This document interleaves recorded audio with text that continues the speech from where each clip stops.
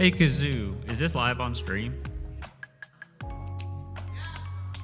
Cool. Your microphone's live. There's no audio check or anything. We just go into it if you're ready.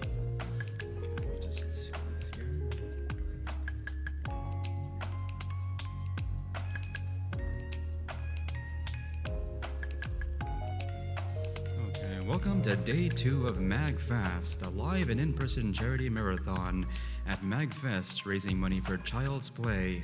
Child's Play is a charity organization that provides entertainment via video games and board games to children's hospitals around the world.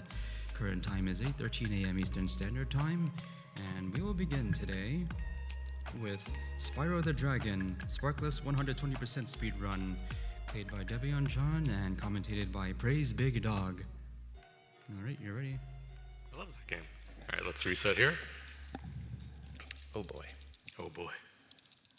We've got a big, 2 hours, maybe less ahead of us? Hopefully. Hopefully it's less. I want it to be more. Yeah. If I can help it, which I can't. Ooh, all right. Praise, you want to give me a countdown here? Runner, to your mark. Get set, go. All right, everyone. Welcome on in. My name is debianchan, and to my right here is my buddy Praise Big Dog on comms. I will. And we'll be doing Spyro the Dragon 120% Sparxless. Now, that's a little bit of a twist, but that's the full completion category. So over the course of the next hour and a half, hour, 5 minutes, whatever we said, maybe less, probably less, we'll be collecting 14,000 treasure, 80 frozen dragons, and 12 eggs that are stolen by thieves. Praise, I said Sparxless. What does that mean? Well, the thing about Spyro the Dragon is he doesn't really usually work alone. He's got a little buddy named Sparx that usually follows him around. If you've played the game before, you'll sort of notice the difference right away. It's there's going to be a little something missing, hence the Sparxless. But we'll get into sort of what it means that Sparx isn't there in a little bit, because the run actually starts with a flight level, which we're going to dive to the left here, grab some gems, touch these pedestals, and then get into our first level of the run. Now, this is every speedrunner's favorite level, No. Sunny Flight. No. Sunny Flight is our first flight level, as it sort of says in the title.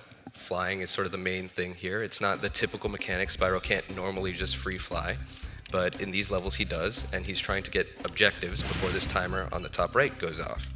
You're going to use all kinds of interesting mechanics, one of which is camera manipulation. It's a little bit subtle, but based on sort of what's on screen, these planes, for instance, they will or won't be moving, and if Debbie's done it right, they will all line up because he had them on screen at the right moments so that he can get them in just a clean-cut line, one after the other, just like this. So if everything goes right, this last plane we missed is going to be right in our way.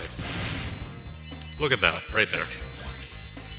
So, another neat thing about flight levels is that your speed is actually dependent on your height. So the lower down in the level you are, the faster you're going to be flying, which creates this fun little balancing act between getting as low in the level as you want so that you're getting extra speed, but not going too far out of your way that you're actually making your path longer than is beneficial. Another thing we're going to see here, right as we sort of finish up the level, is that Spyro typically does a bit of a celebration, a somersault in the air when he's completed the level. But if you sort of interrupt him by having him crash into something when that animation would otherwise happen, you just get your menu, and you can exit the level right away. That's the first level. Done.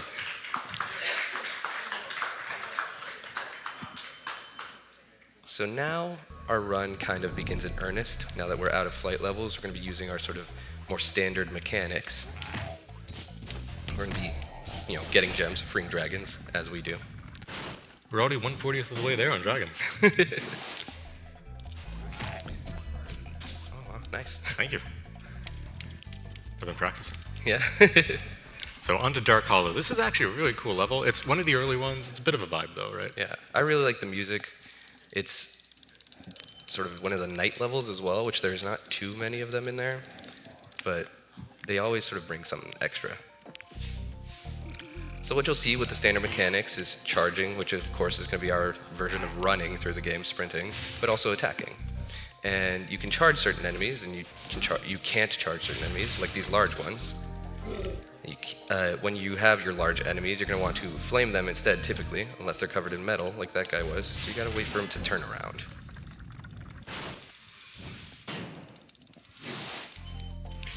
So this is a remake of this game. Anyone in the room here played the remake, Spyro SRT? I see some hands. And in the remake, it's so good. Like the dragons have their own characters and personalities. Yeah. That room back there is a little bit of a library, which is Yeah. kind of cool. A reinterpretation. It's real cottage core. Yeah. So, about Sparks, which we're sort of, 2 levels in. We should probably talk what exactly usually does Sparks do. And he's got 2 functions, right, Debbie? Yeah, he does. He's usually a bit of a health indicator and a bit of sort of your health buffer as well, where he can take 3 different colors, yellow, blue, or green, depending on sort of how much health you have left. Yellow indicating you have 3 hits of damage before he's gone, blue 2, green 1, and then when he's gone, the next hit of damage will kill you. So playing it Sparxless removes that for you. You don't have that buffer. Any hit is going to be fatal, it's going to cost you a life. Additionally, Sparks also serves as a bit of a gem collection mechanism. Any treasure that's near you, sort of on the ground around you, Sparks will usually just sort of flick it towards you and it'll home it for you. Because we don't have them, we're going to have to be manually collecting every single gem. Now, for a speedrun, it seems kind of subtle. You're usually going pretty fast anyway, but the lines that you have to take to go from gem to gem become that much tighter and it's a lot trickier. The route that I'm doing is basically the same as the normal 120 route, but the micro-routing is very different. All right, now here we're at the end of the level. Collect these last 6 gems, and there we go. Hopping into a whirlwind. Yeah, now that's special. Usually we're not going to be doing that. Usually we're going to be menuing out and just clicking exit level. That is what but, you do. But we did something a little bit strange here. We went out of the exit level vortex. That's the intended strategy. And we had to route the level so that we could do that. Now that was quite intentional. And the reason is because we're going to be facing our first boss here. We're already 2 levels in and we're already facing the boss. This is kind of scary. His name's Toasty and he's behind this dragon head. So the game with Toasty is actually really hard, even though it's earlier on in the run kids game, but he's kind of hard. The reason they put him behind that dragon head and made it open up, so you have to do 2 things to open him up to gate him. You need to exit through an exit vortex in some level and free that dragon Argus outside the front. The idea behind that was that, hey, we don't want kids kind of starting the game and immediately accidentally running into this boss level. Because as Debbie said, it's tough. Casually, it's tough. In speedrunning, it's tough. In Sparxless speedrunning, it's real tough. As you're seeing, you've got these dogs that take 2 hits to defeat. It's actually kind of rare for an enemy to take 2 hits to defeat. And it's not very forgiving either. There's not that many dragons in this level. I believe just the one that you can kind of see in the distance there. And that's important because dragons serve as a sort of respawn point for Spyro. Once you've freed one or touched its pedestal, if you lose a life, you're going to return to that dragon as opposed to the start of the level. But as we get through here, hopefully without jinxing it or anything, I think we're going to get to that dragon just fine. Nice. There we go, Nevin. Now, Nevin will usually tell us about Toasty, who we're about to see, and he says that it's one of Nasty Nork's most dastardly minions. And you look at him, and he's kind of scary. As a kid, I was genuinely afraid of this level. I'm still afraid of this level. But you flame him twice, and you realize he's just a sheep on stilts. Dastardly nonetheless, though. However, just like that, we're done. First Easy. boss down.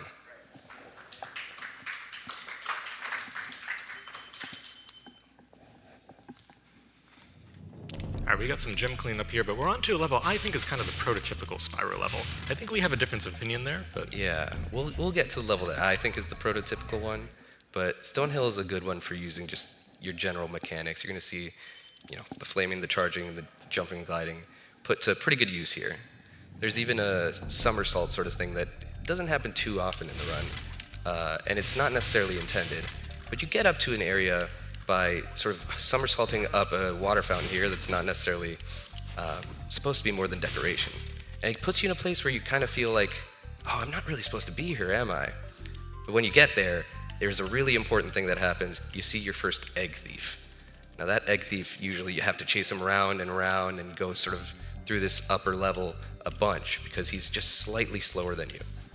But if you're really clever about it, you can use your flame to get him before he even takes a couple of steps. Here he comes. see that guy in the distance making fun of us?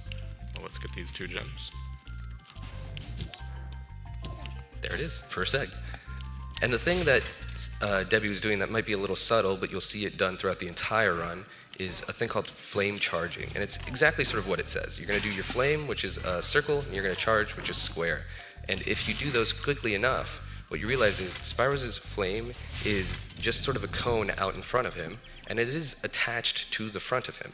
So when you flame, and the cone stays out there for a while, if you're already charging, you can push your flame forward and reach just further enemies and grab them sort of the instant that they're within your range to defeat. With the egg thieves, we're going to see that happen a lot, which means that they won't be able to take those steps and we won't have to chase them around a ton.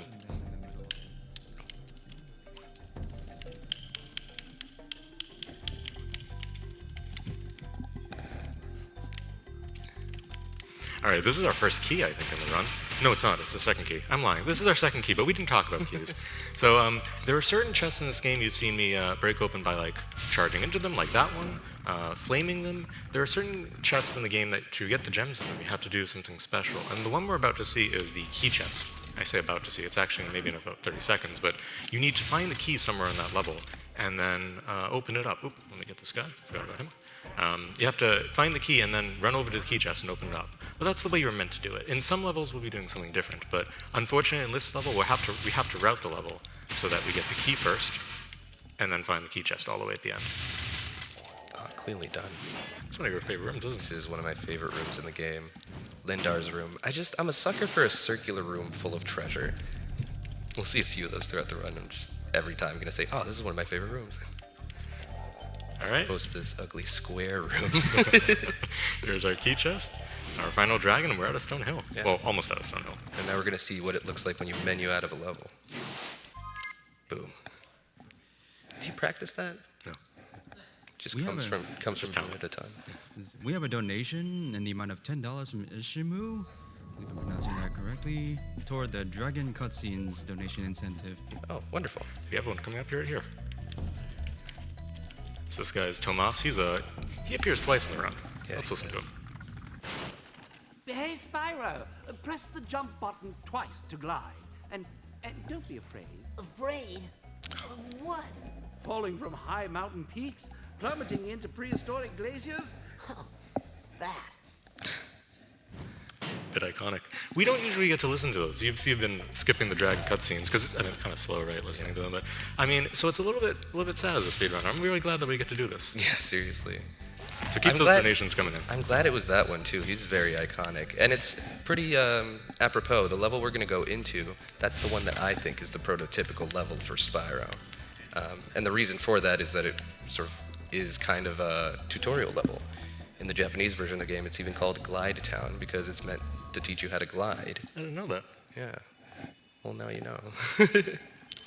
Now, the funny thing about it, though, is that if you're sort of well-versed in the game, you realize that very few of the jumps in this game, or in this level, that you're supposed to glide across are jumps that you have to glide across. So there's a lot of other little mechanics that we can sort of use in order to get across these jumps that might just be a little bit faster.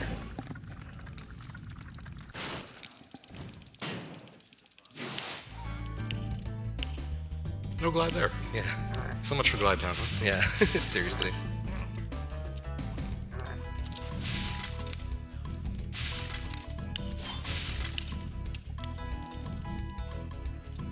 Let's get this life.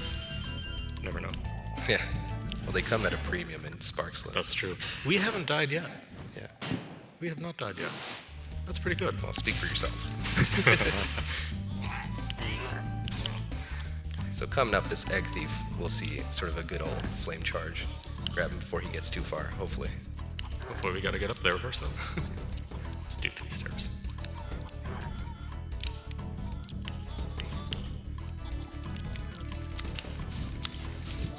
There it is. So you're meant to chase that guy all the way around the level, do that jump I did like twice or 3 times, and he kind of slows down as he runs after a little bit, makes it a little easier for you. But I need that gem. But we can get him after he takes just a few steps. Now we're coming up on a thing here, a new sort of gem vessel. It's a fan chest. And we won't fully see all the utility of it, but make note of it. We'll talk about it more later. Kind of flip that.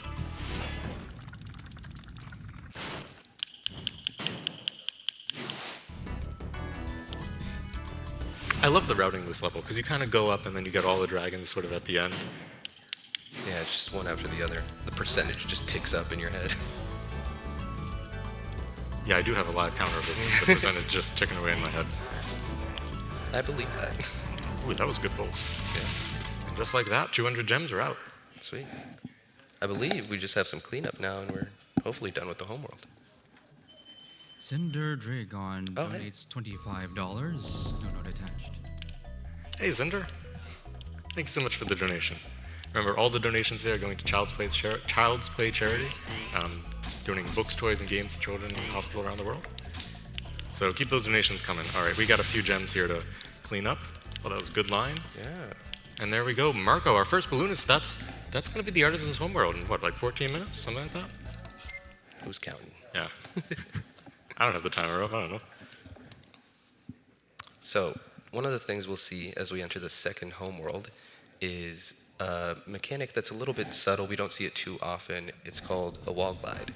And that's going to be a thing wherein basically we're abusing the geometry of the level to have Spyro glide forward, but just kind of slightly into a wall, where his forward momentum doesn't sort of die out, but his downward momentum, because of the geometry, actually he's getting pushed upwards. We gain a little bit height on this glide here, get to a place where we're not necessarily supposed to be this early on in the homeworld. Took the wrong approach there. That wasn't going to work. And one of the reasons we're doing this is to avoid a cannon, which we'll see in a little bit.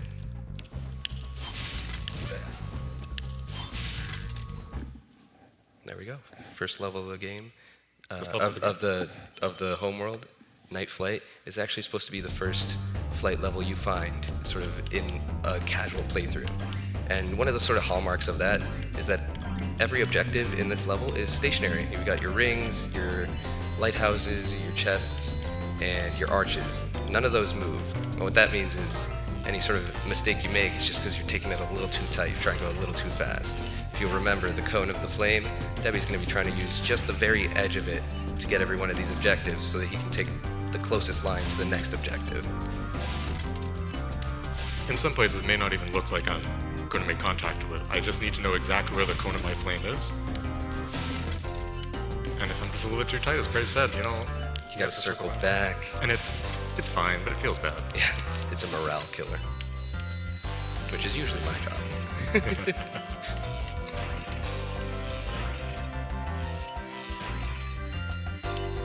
Can we talk about the music here? This is good music, isn't it? It is. I really like the music in this game, but in particular in the night levels for some reason. But another solid animation skip.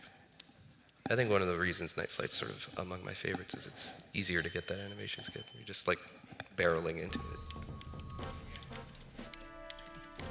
I love this thief coming up here. He doesn't even take a step. Yeah. He's too busy making fun of us, and we just come out of left field here. Boom. Casually, that one's annoying. He really didn't have a plan though. Yeah. He's like, this pond will help me. Okay, we got that key. We have another key chest coming up. You know, you said you don't like this room, but it's a circular room full of treasure. Is it? Oh, it kind of is. Yeah.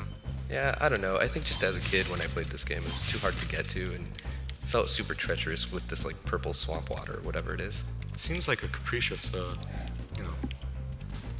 use of non-circular rooms. It is a subjective ranking. We can get that later. We can get that Right. later. Dry Canyon. Dry Canyon starts out with our first sort of semi-observable use of a fan chest. So listen closely here. We're going to shut up for just a moment here. Listen if you can hear. Oop. So you may have heard an enemy dying there, off screen. So the tip of that fan chest, the fan itself, flies up, and I need that gem. It flies up and it hits an enemy off screen and kills him. And that enemy is one of those big enemies that we would have to flame and wait for his gem to sort of fly up and fall down so we can collect it. But instead, because we come with the fan chest, his gem is already just going to be there. We might see his animation, which is kind of a quirk of this game, when we look up here in just a moment. But there is just going to be one random pink gem on the ground, a 25 gem, our first 25 one, gem. yeah. The pink gems, the 25s, are the most valuable in the game as well. Yeah, we should talk about the gem values. Oh, we should. Yeah. See, we have have a donation here in the amount of $10 from Antitam, who requests another dragon cutscene and has a rather lengthy message attached. I'll read it in full. Old McDebbie had a farm, E-I-E-I-O. And on that farm he had a big dog. Oh. Okay, we'll resume after this. Oh, okay. Please, we'll listen to the next dragon. Let's hear the message. Had a big dog, E-I-E-I-O, with an arf arf here and an arf arf there. Here an arf, there an arf, everywhere an arf arf. Old McDebbie had a farm, E-I-E-I-O. Thank you, Ant. Thanks, Ant. Tam does request a dragon cutscene. Yep. Cool. Let's see. We have. I don't think we're going to do one in this level, but I have one coming up here. I think we can do. Would you remind me, Grace? In Clifftown. You got it. Actually, no. How about in Shemp? Well, why don't we talk about what's coming up right now? That's a good call. All right. So coming up here, we have a little bit of a mechanic that's actually I think they only use once in the run. It's called spin jump. Now there's a sort of 90s platformer vibe where you put something that you can see just out of reach. You can't get to it. Meant to sort of incentivize you to find something new, some new way to get there. But we have something that's just out of reach that, in fact, as speedrunners we can get. So let's see if we can do this. I'm going to spin and then I'm going to jump. Or I'm going to jump and then spin. It's a bad name, isn't it? Now that you mention it, yeah. Oh, that didn't work. Oh. Now that you've seen how a casual might do it.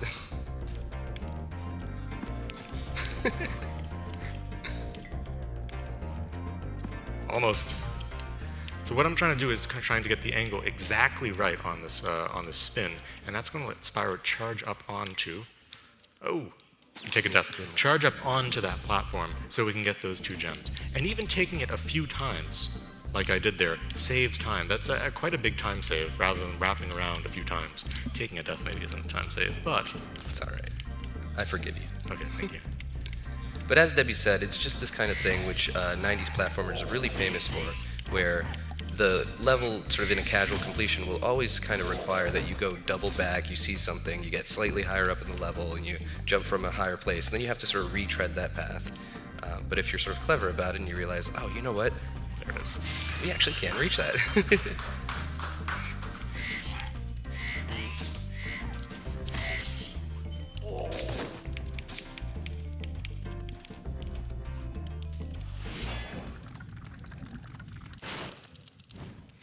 I think we'll listen to Dragon Jump. So Yeah. Cool.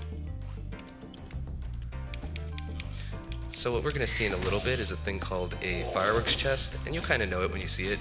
It's going to be another sort of gem vessel, and it's one that you actually crack open with a flame, and then you run away, because it explodes with fireworks, and it can damage Spyro if he's too close to it.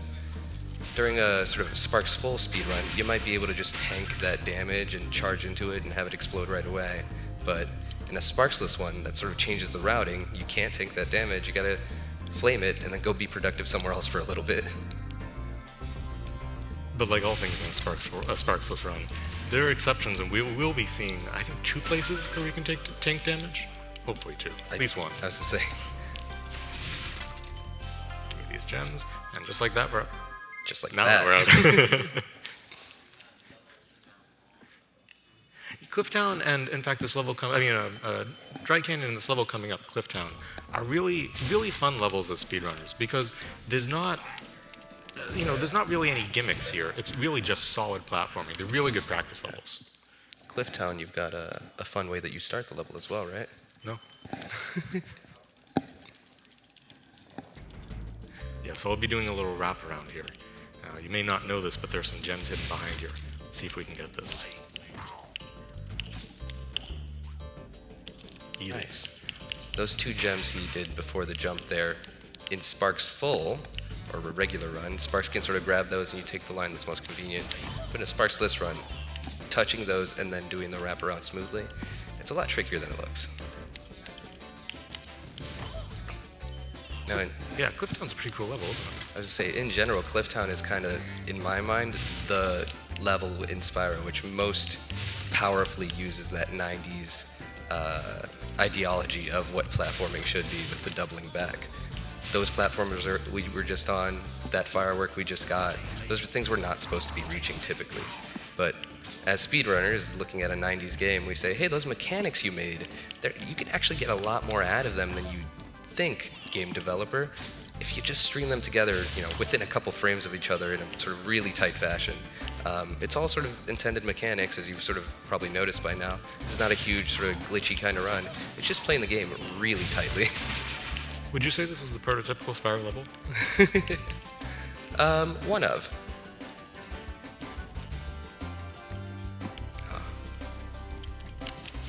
Oh boy. I know Debbie's already mentally gearing up for one of his favorite tricks here. Yeah, this is a hard stratches here. Let's see if we can get this done.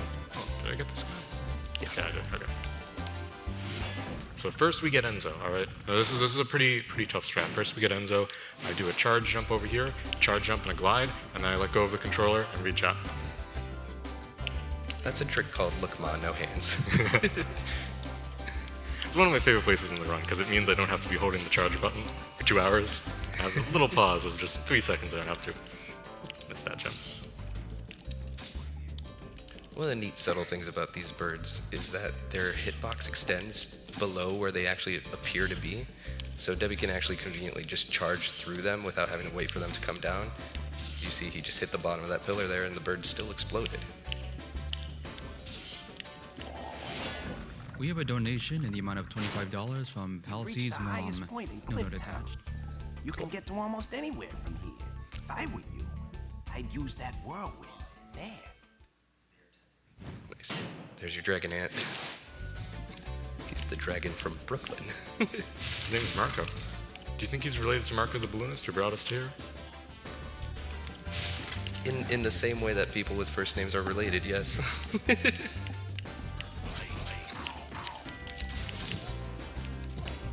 And there we go. That's a good gem count. I got all the gems.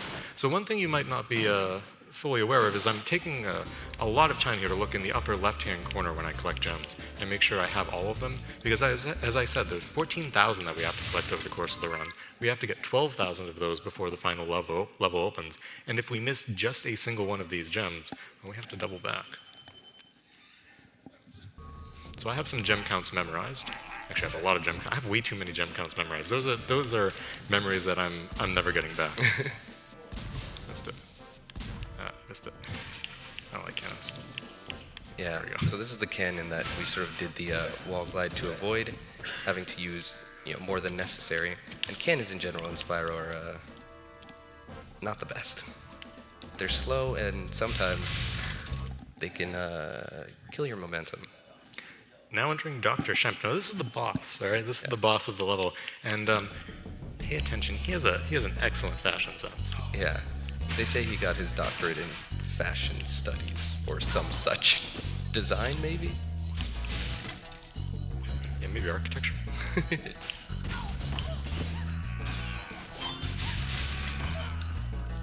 I have it on good authority, though, that his level, beyond just sort of Shemp himself, is a pretty fun one for speedrunners because it kind of just comes at you quick. You're doing just enemy after enemy after enemy, just a real sort of speedrunny level. It feels really good when you go fast. It's a very short level, but we're coming up to Shemp here. I gotta get this 125 gem, this one pink gem over here, which is just out of the way and it's kind of sad. Get all these gems, get up this whirlwind, and we'll have our first look at Shemp.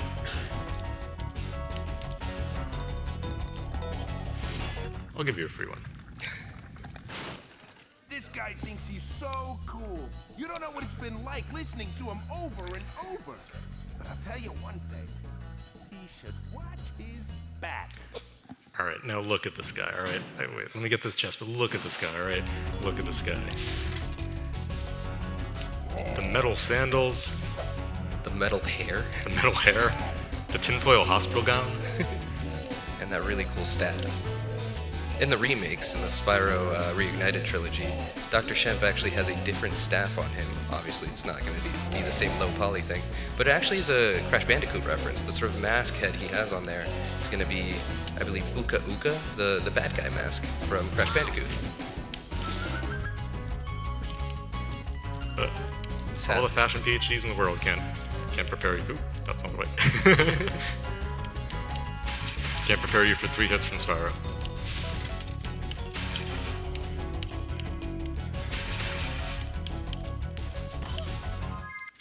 There it is.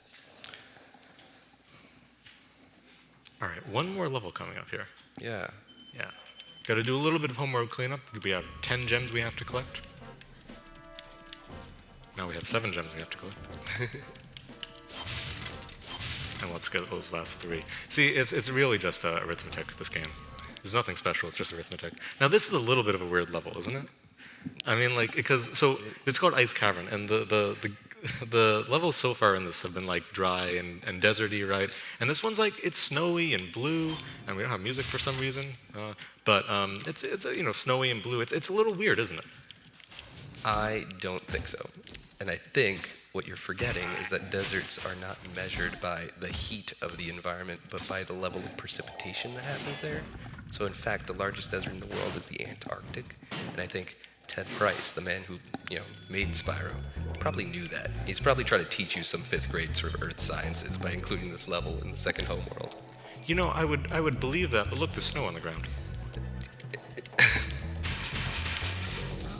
Yeah. Yeah, you know how it's snowing and you see the snow texture they put over the level? Maybe it's just cold. Now this is a pretty cool level of the speedrun because we have a key chest. I'm going to get this key in just a moment. I'm going to try not to run off the edge here. That's a little bit nerve-wracking. You see that key off in the distance? We have to route this so we get this key first. And it's kind of off on this little platform. Only way to do it is to glide from where I just was. So we're now at the end of the level. We have to do this level backwards now. We'll be seeing a few interesting strats about that here, but let me try to get this guy. It's called Magic Stairs. That's quite fun. Yeah. It's pretty hard to do, Sparxless. Just by the way, that guy that you just sort of defeated, he's both large and metal. It means you can't usually charge or flame him. Luckily, charging him does push him back, and large as he is, the fall will kill him for you. We're going to see sort of a few examples of enemies that say, hey, you know how you can't flame things that are metal? You know how you can't charge things that are big? Good luck with me. And we get creative strats to deal with that. Just move it there. Now, as Debbie was saying, we're sort of going to start doing the level backwards here. And that's going to be interesting because one thing that you may not have noticed is Spyro, whenever he touches a dragon, does have that little bit of cutscene of him walking. We skip the bit where the dragon actually talks, but he will walk to a particular place in order to let the dragon usually talk to him. Because that little bit of walking has to happen from wherever Spyro touched the dragon's pedestal, that means there's sort of a correct side on which to touch the dragon in order to minimize the walking and therefore get, the smallest cutscene and save the most time. Usually that place is going to be where you would normally meet the dragon, sort of right in front. But when you do the level backwards, that means that you have to kind of dash around and charge and roll and make sure that you're touching the dragon on the correct side in order to get the smallest amount of that cutscene. We'll see that here in just a second. Yeah. Ooh, whoa. Oh, good save. There we go. There you go. See? Touching him on the backside because we're going backwards. So we have to sort of wrap around him, like Grace was saying.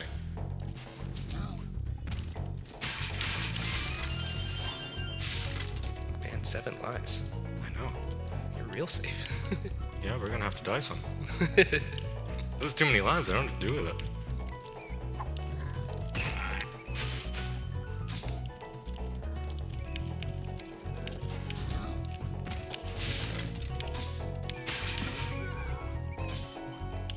Alright, so that key that we got at the beginning, the reason we had to do this backwards, it's going to be the last thing we get. So it really is a entirely different route. If you can take a death, you can warp back to one of the dragons you got before and do the level forward. I like doing the level backwards because it's just cool, but it is a very good backup strategy in case you take a death, to know that you can get this chest early. But we're going to route him for the end, get this. Hopefully we didn't miss any gems.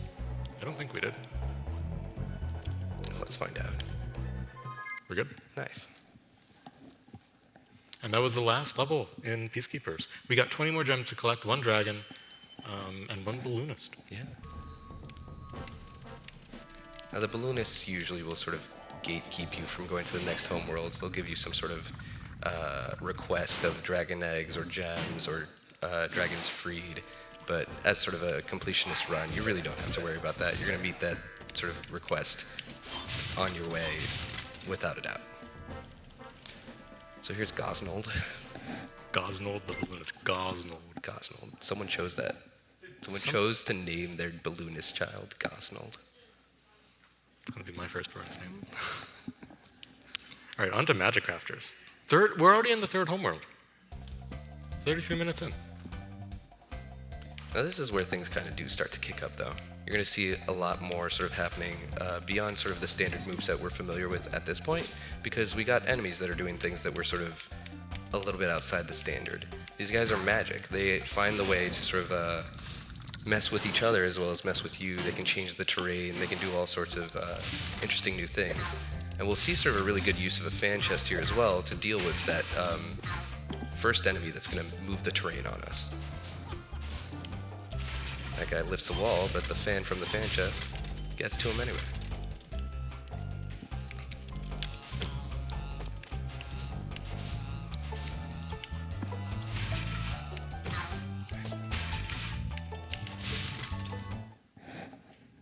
Alpine Ridge.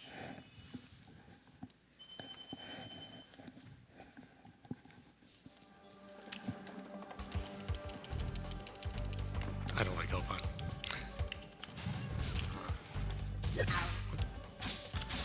So Alpine is a little bit strange in that, well, it's our first level that's really cycle-based. So, as I'm moving through this level, taking deaths, as I'm moving through this level, I need to be exactly aware of how fast, how slow I'm taking it. And so even you'll see here, I'm doing the same route I did before, trying to know exactly where I am in the level, because later on, or even these stairs you see here, are on a cycle. I need to know where in that cycle I am so I can get the fastest or safest, I guess, run through the level. And so I have a little clock here in my mind that's just knowing where I am in each cycle, and we have to pay attention for another 30 seconds or so. And I'm looking for cues like a little terrain raise in the background there to know where I am in the cycle. I think I'm on an okay cycle now. I think. Yeah. We'll see. Yeah, this game is just all abacuses and timers for you, huh? It's basically just math.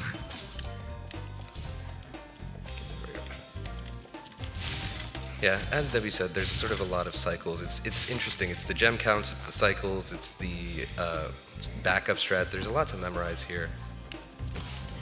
And really when it all comes together,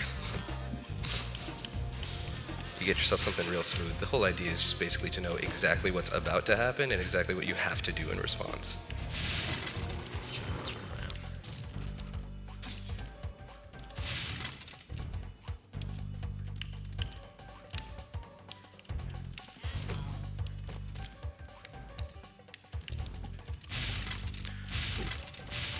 Think you're in a good place on this cycle? I have no idea anymore. It's just that easy to lose track. Even just a bonk or two and Spyro charges into the wall unintentionally will throw you off. It becomes a little bit of chaos. I say I had no idea, but I didn't know where it was. Took a little faster strat there. Ugh. Truth be told, this is the part of the run where we're, what, halfway through? We must be halfway through. We're like a quarter of the way through, dude. When I play the run, this is where I'm halfway through because I kind of quit, because I hit the wall, because I'm tired. It's a tough game. It's a tough game. Sparxless is tough too. Honestly, dude, you want to just sort of just do kind of like a fun, cool thing? You want to just sort of like I am doing a fun, cool thing. Yeah. But you want to do something cooler? What do you want to do like just take it like an on-stage selfie real quick? Dude, I'm speedrunning. Yeah, that's fine. But do you also want to take an on-stage selfie though? I mean, okay, yeah. Oh, you got a phone? You got a phone? I do have my phone, and I'm ready for a selfie. And I feel like I'll get the crowd in it too. So feel free to throw thumbs up and peace signs. We'll do it as soon as Debbie's ready. Let me get this dragon. Yeah. I'll count you down, all right? You do that. You go ahead. How about let's do this. Count it 3, down. 2, 1. All right. Nice. There we go. How are we here? Don't know. That was a fun thing. Let's do that again. We have a donation in the amount of $10 from Homie Hamburger. They write, "Hi, I'm Homie Hamburger. Good luck, debianchan. Go fast." And praise Big Dog. I bet you can't eat an entire crab. And Lily says hi. Thank you, homie hamburger. Homie Hamburger, one of the biggest supporters of Child's Play. My biggest fan as well.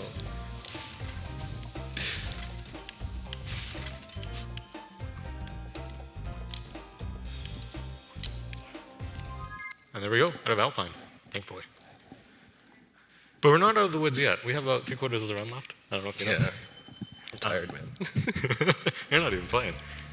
All right, so we have our first instance of a power-up here called a supercharge. We're going to be making use of it. Remember I said there are a few ways to get key chests open that don't involve keys? And it's not just like, in the lock-picking session over in the other room. We're going to be using a supercharge here. Get some of these guys along with us. And this is a key chest. Not anymore. Was a key chest. Was a key chest. The key is just in a bad place in this level. It's just you would have to really reroute it. So we can use that supercharge, charge straight through the key chest without getting the key, and get those 2 gems. Yeah, one of the things about supercharges in this game is that they're a fun mechanic, but they're really easy to abuse. You can kind of do whatever you want when you're supercharging. Now, this part at the beginning is a little tough. Let me see if I can get this cycle. It's easy in a normal run. Ooh. That's so tight. You have like a half a second to get that. Okay, this is where it is. And those guys are real scary looking. Yeah, they're a nightmare for you, aren't they? They caused me nightmares as a kid. Okay, give me that gem.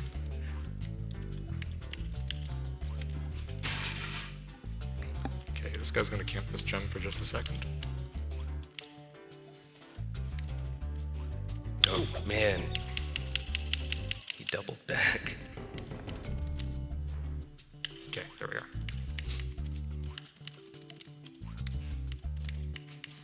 Anyway, now we're through these caves. You notice those enemies were metal, and they were pretty big, or at least bigger than Spyro. So we can't flame them because they're metal. We can't charge them because they're big. Yeah. So we're going to have to do something different. We're actually going to do 2 things different in this level. We're going to do a supercharge, which you see right here. I'm actually going to use it backwards for just a second. Supercharges are great. Like I said, you can do whatever you want with supercharges. In fact, we can use them to break open these fireworks chests, which should deal us some damage, but don't when we're supercharging. It's just that super.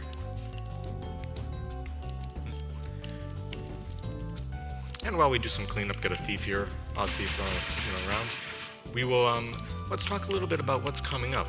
Well, so supercharges are pretty broken. Yep. We have these bugs, these spiders, beetles, I don't know what they are. Monsters, yeah. Terrifying things. That we can't kill normally. So we're going to make use of the supercharge that we just used to charge through, to dive off a cliff. Luckily, we don't die in this level. We're going to make use of the supercharge here to kill some of those enemies. And then we're also going to get a little fairy kiss, which will give us a super flame. Yeah. Let's see if we can do this. Nice. Oh my god, incredible. So Wow. that there is called bite caves. You're not meant to do that. That's actually pretty tricky. Get a nice little kiss from this fairy here. Now we've got our super flame, which is basically just a flame that can break more or less anything. The spring chest, this fan chest, just all in one. You kind of want this guy. And then we're going to do an intentional death here. Remembering that those dragon pedestals serve as our respawn points, and sometimes that can just bring us to where we want to be faster, rather than sort of just doubling back and running to that point. So we're going to get the last two of these monster bugs. Finally, they're gone. We don't have to worry about them again. Gonna get a few of these enemies here while we're at it.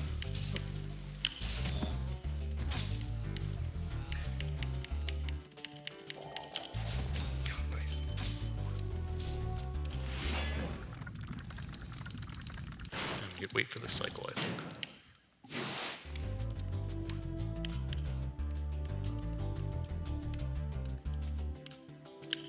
So those fairies you saw earlier that sort of carried Spyro, while in a casual playthrough, they're going to be pretty good help, pretty good friend. They're there to teach you that fairies are nice. In the speedrun, they're kind of a slow thing, so it was not necessarily our favorite thing to see, but it might have been a little bit faster than going back to the start of the level.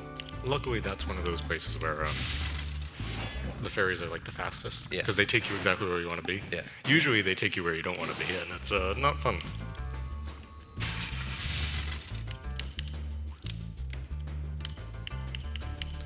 Now here at the end of the level, we'll see another fun use of the fan chest to take out, this time, Neg Thief.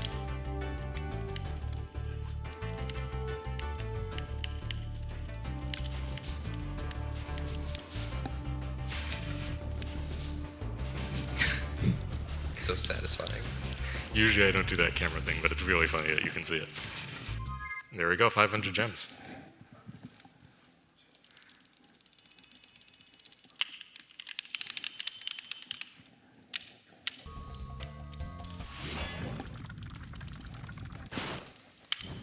Alright, back on our supercharge. I think this thing I do is slower, but I like it more, so I'm gonna do it.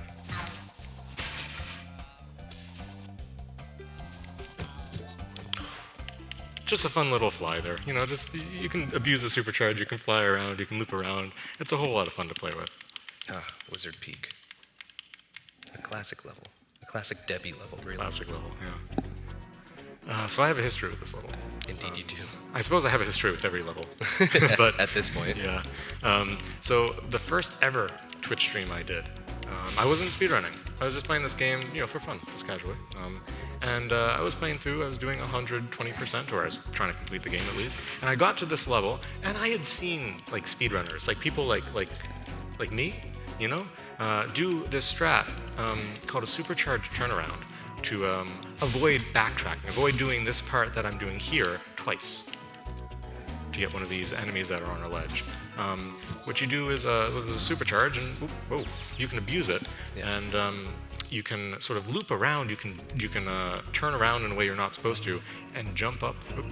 That guy up there on the left, Yeah, that's our target. try that again. Essentially, we're going to be using the supercharge and the geometry of the level to slide up a wall that is not exactly vertical and launch ourselves high enough that we can glide up to his platform without having to, again, wrap around that beginning of the level and glide to his platform from somewhere that just takes a little bit too long to get to. It may take me a few tries. That first stream, it took me about 2 hours, maybe 3 to get. It is pretty tricky. It may take me hopefully less than that, because our estimate was only 2 hours. But we got Yarvis here. Let's see if we can get it.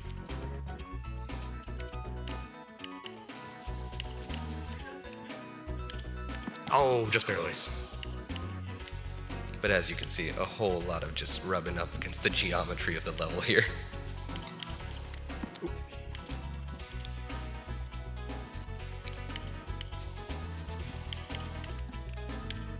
There it is. First try.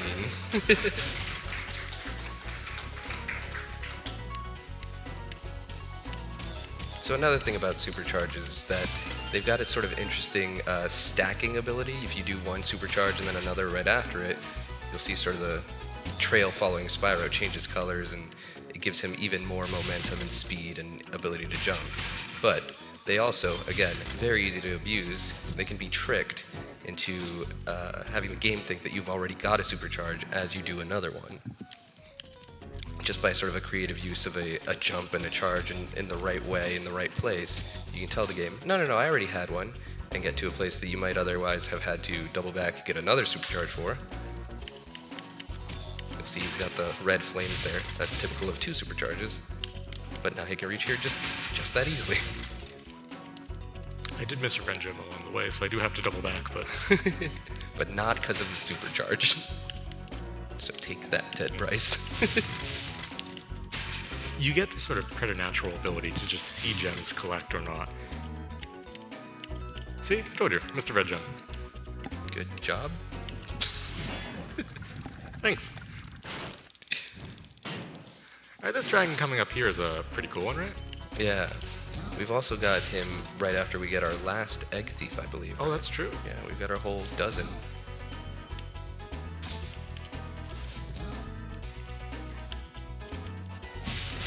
We have a donation in the amount of $25 from Urugla. Good luck on the run, debianchan, they write, and they request a dragon cutscene. Oh, perfect. Let's do this one. Yeah. So this dragon, his name is Lucas. Ooh. Well, that dragon there, his name is Lucas. And he tells you something you might not know. I think I know it. Yeah, something we know at this point. It was actually one of the first things we did in the run. But let's listen to him. Nice.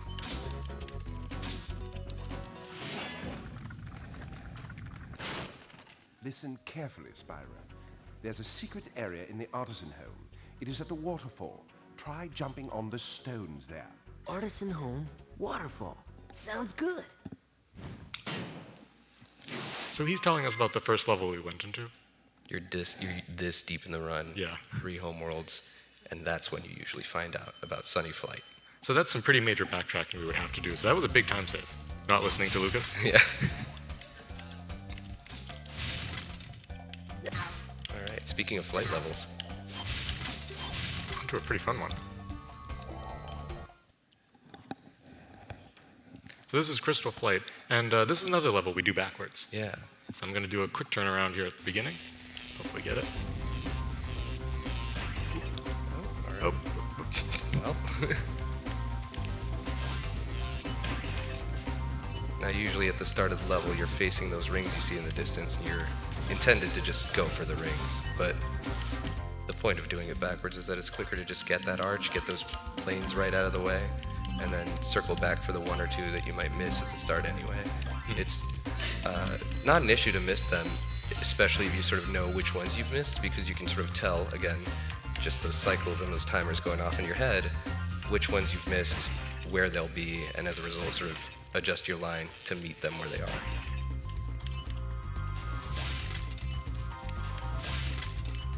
Unfortunately, this guy is a pretty annoying one to get. Ah, we'll let him go. We'll let him go. We don't need him. We don't need him. We need him. We do need him. So I'm doing a little camera manipulation to try to get him on screen and moving faster. There he is. Ready to fly into us. And now we just dive down here. We get this final arch. Do a little animation cancel here. Nice. There we go. Now this dragon here at the beginning, right outside the portal, is a fun one. Boldar.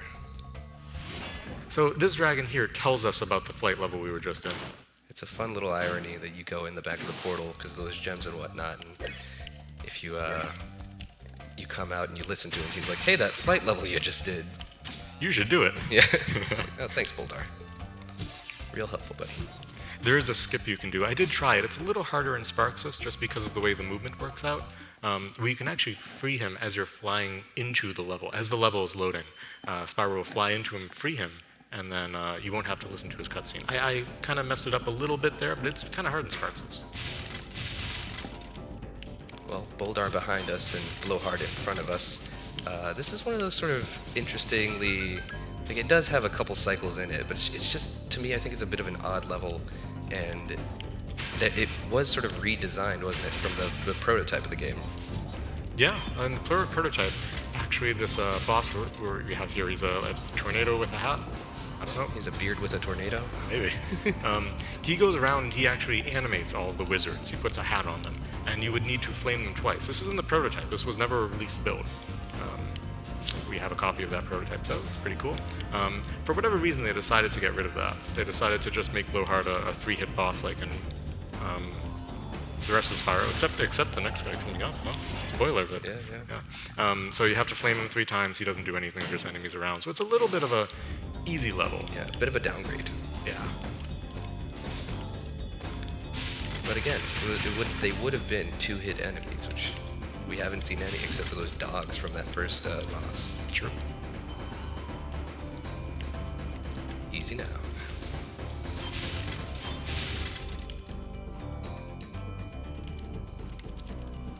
One final hit on Blowhard.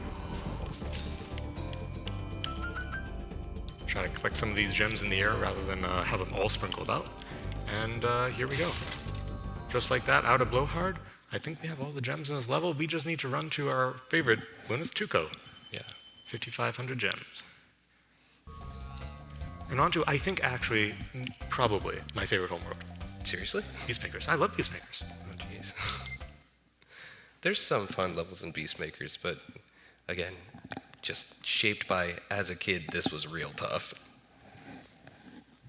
There are some rooms, some levels, it's just stuff in Beastmakers that if you played this casually as a child, you may remember being a real escalation in difficulty. This sort of the gimmicks on this homeworld are very much about cycles. It's about timing. These guys have these electric wands that you're seeing them sort of hit the platforms they're standing on, and that makes the whole area electrocuted, and Spyro can't get there. That, of course, means Spyro has to be certain places at certain times, and since they're just doing that on a loop, it creates a whole cycle-dependent thing. Do we have any donations to read out? Yes, we have a donation in the amount of $100 from debianchan. They write, long-time viewer, first-time donator, love Spyro, love praise big dog, love GDQ. Thank you, debianchan. Yeah, thank you, debianchan. Glad you love it. So as I was saying, there's a lot of cycles to be aware of in this homeworld and the levels sort of within it. In this one in particular, one of the interesting things is the first half of the homeworld, you can't really see what's happening in the back half of the homeworld, and so you just kind of have to know where you are because the back half is where all the cycles are. And, you know, based on sort of how long it takes to collect a gem, or if you bonk on a wall or something, you kind of have to adjust for that in your head and know, okay, I'm on this cycle. When I get there, this will be electrocuted, and that's going to be the movement.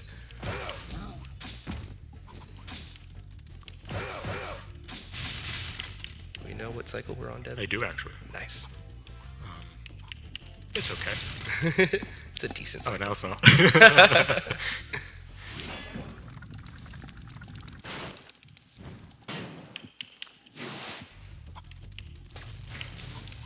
It's okay. It's not okay because I had to do that little jump there.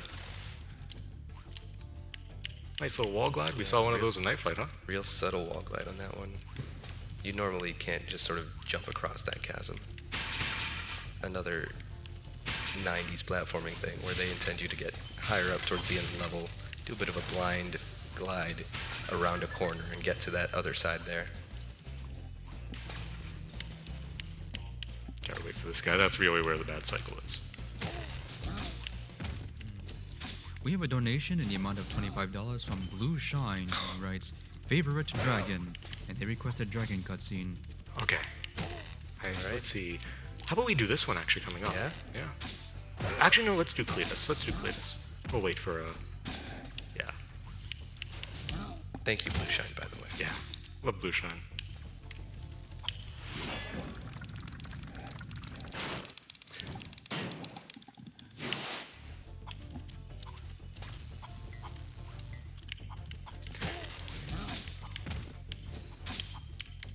So, Debbie, Yep. these guys have headphones in. What do you suppose they're listening to? You know, I think maybe canonically it's supposed to be like metal or something, but I always pictured like a podcast or something, you know? Yeah, they're real podcast head. Listen to, like, what? Joe Rogan or something. I don't know. Yeah. Yeah, these guys listen to Joe Rogan. Maybe some of them are NPR viewers. I don't know. Oh my god.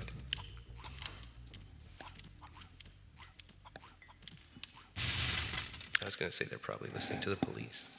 They might be listening to the police. You know, there's a fun fact about this game. Do you know the fun There's fact at about this least game? one fun fact about this game. Yeah, we've been saving it. All these Yeah, other facts have been just filler. That's why I'm here. I know the one. Debbie, what's the one fun fact about this game? Well, we got 400 gems and we're out of Terrace Village. That's the fun fact. Now, it's not the next level, but sort of it's the next level. So we have a flight level, which are fine. Flight level's fine, you know. I But like this flight level. yeah, I do too. It might be my favorite. This one or the next one, they're good flight levels in this game. But throughout all of this, I'm just worrying about the portal that we just saw on our left there called Misty Bog. Now, Misty Bog is a challenging level. As a speedrun, it's a challenging level casually. Hold on. Favorite menu. So good. It's just a small circular room full of treasure. It's so good. You were saying? Doesn't matter. We're into Wild Flight now. Wild Flight's it's a little bit unlike the rest of the levels in this, which are kind of dull and unsaturated. But this is bright and saturated. We have all these fun Norks just having a good day boating here, and we're about to mess it up. Seriously. They're It minding is- no business, right? They're doing. They're just having a day. They're like, you know what? Like, we got out of the bog. We're out here sort of hanging out. Spyro comes along and goes, yeah, I don't like that. I love the hang time they get though. Seriously. Now, one thing that's really fun about this is that the back half of this level is also cycles as well. Oh. Like we said, the edge of that flame can be capricious.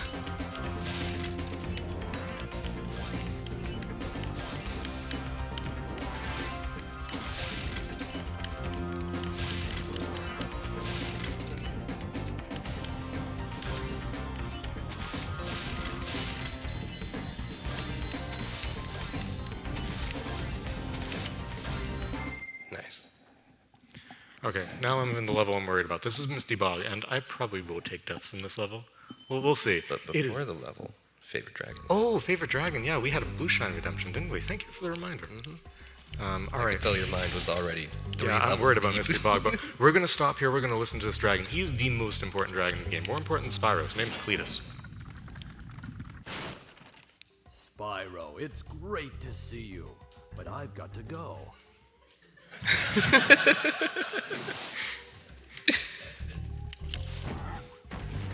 Now that's Cletus 1. Cletus reappears in the game, all right? He's around later, and I think if we get a donation, we will save that for Cletus 2. Cletus 2, also important dragon. Different voice.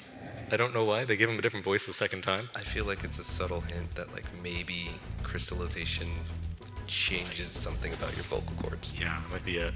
Maybe. Gives you like morning voice or something. Exactly. Morning voice where you sound like a different person. So this level is brutal. It's one that you might remember, especially sort of what we route as the last room in this level. It's just these frogs here are super quick on the trigger. They have a heck of a range. The enemies will see you from further away than they have basically all game. And even worse, the death animation with those sort of lumps of dirt guys. Oh, jeez. The death animation with these guys takes forever as well, so real haters. So I have to be really careful with my flames and my charges. And my glides. Ooh, that was a little tough. But so far we're doing all right. These enemies are they're deadly. And those mountains take forever if you get sucked in on them. But let's try. Let's try not to.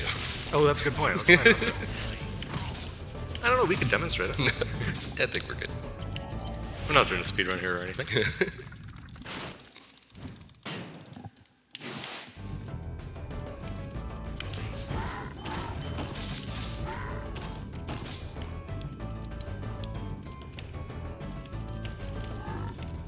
Wow, you're in a pretty place. Cool.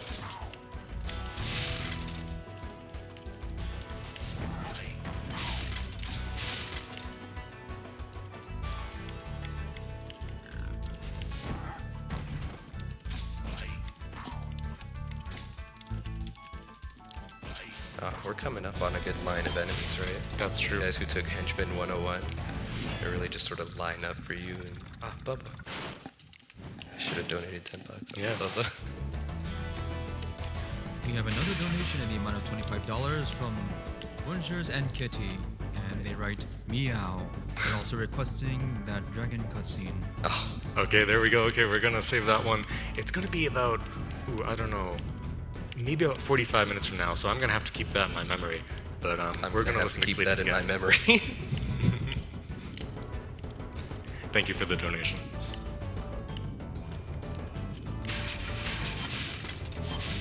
All right, here come the convenient enemies.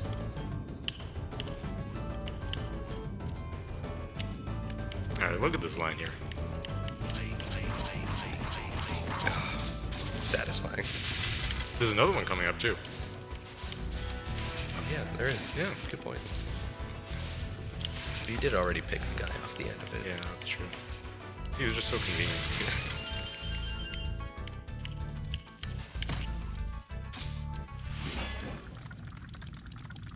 Alright, so Roscoe is also an important dragon because coming up here is the hardest room in the game. It's hard casually, it's hard as a speedrunner, it's hard as a Sparxless speedrunner. It's full of the worst of the worst. I might take a few deaths here. I'm going to play it very carefully. Because that might end up being faster. Alright, so let's...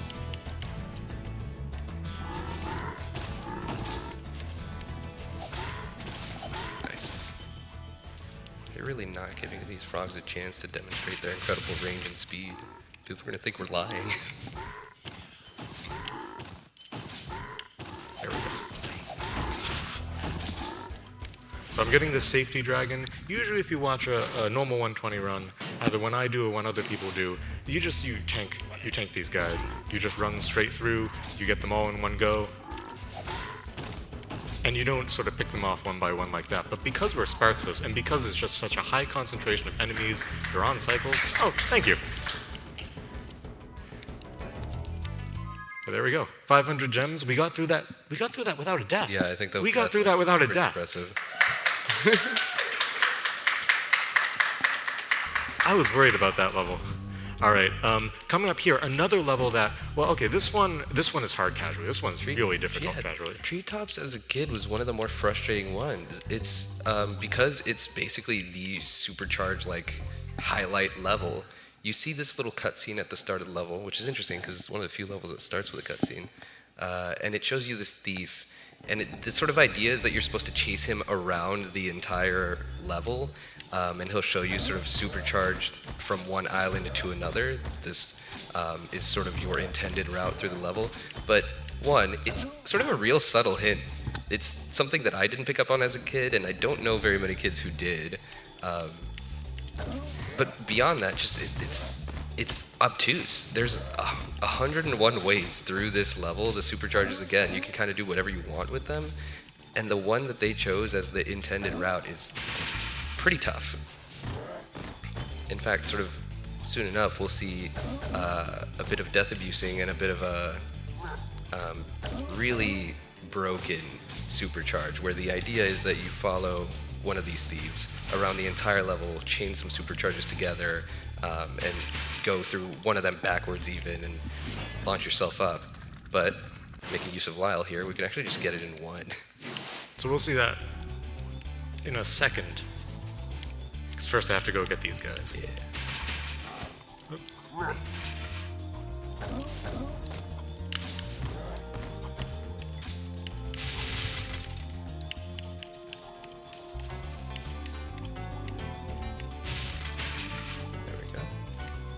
Gonna get this life here. We took a few deaths earlier on. I like to be around 4 lives here. Take a death though. Yep. And that's going to warp us back to Lyle. Now, you're not supposed to be able to do what I'm just about to do here.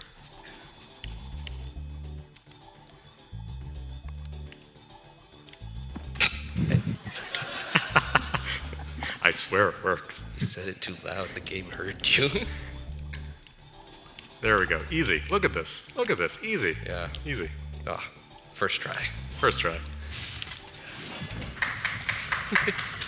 But that's the island that usually you have to go around the entire level and chain these supercharges and do 2 of them and do one of them backwards and whatnot to chase this thief. But it turns out, again, you jump and you charge at the right angle and everything, and the game goes, yeah, you've got 2 of them. And in fact, how many ways are there to get there? There are like 6 different ways to get there. Not all of them even involve a supercharge, and the hardest of them is the intended. So, The game designers really said get good. Yeah, they did.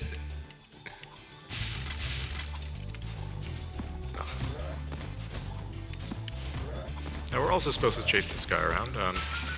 He's also going to tell us how to chain some supercharges together, but in the same way, we don't have to listen to him. We don't have to listen to him. Okay. We don't have to listen to him, man. Take it easy, man. We're going to do a strategy here called Stone Knot Skip, which is again using 1 supercharge and a little bit of level geometry to get up to where that thief ultimately ends up being. That wasn't the supercharge, it's the one coming up. Yeah. To be clear.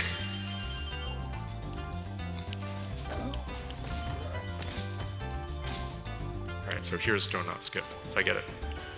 Let's hope.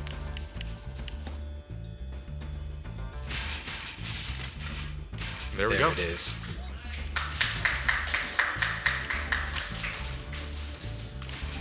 So that's basically the end of the level here. We got some cleanup to do. Get these gems here. Oop. And there we go, 500 gems. One of the toughest casual levels. Pretty easy as a speedrunner. Oh man. Next up we've got our boss of the level, don't we? Or of the homeworld. We've got Metalhead. And he's one of my favorite bosses. I think he's sort of like the most video game boss that Spyro 1 has.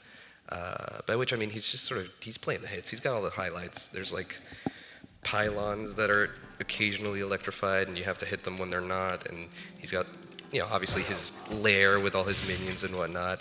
He's got treasure hidden behind a waterfall. Unlike the other boss enemies in Spyro, you don't actually hit him directly, which I think one is cool, but two, his pylons are sort of his health meter, in that when you destroy them, that's what hurts him.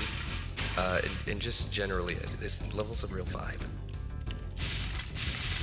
But additionally, those pylons work on a cycle. So as Debbie's doing the first half of this level again, it's one of those things where you're already thinking to your fight with Metalhead. You're saying, all right, well, which pylons will be lit up? Which ones can I go for first? If I've taken a death, or if I've bonked on something, that's going to sort of throw it off. Lucky for us, Debbie's got flawless execution. Starting now. Really, actually, the cycle starts when you go over that bridge, so you're not lying. Now, the cycle is different in Sparxless. Just because the movement is slightly different for collecting these gems, as fast as you can do it, if you made flawless execution, the cycle is still going to be different with a Sparxless 120 versus a normal 120. So it's as a runner or both, it can be a little bit confusing switching between the categories. You're in a different cycle than you expect.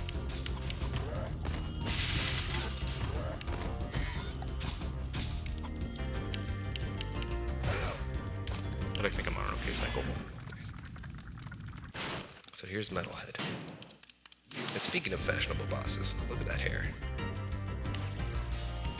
He's got this purple mohawk going on. Oh. Try one more time. This is actually better cycle, so it's fine.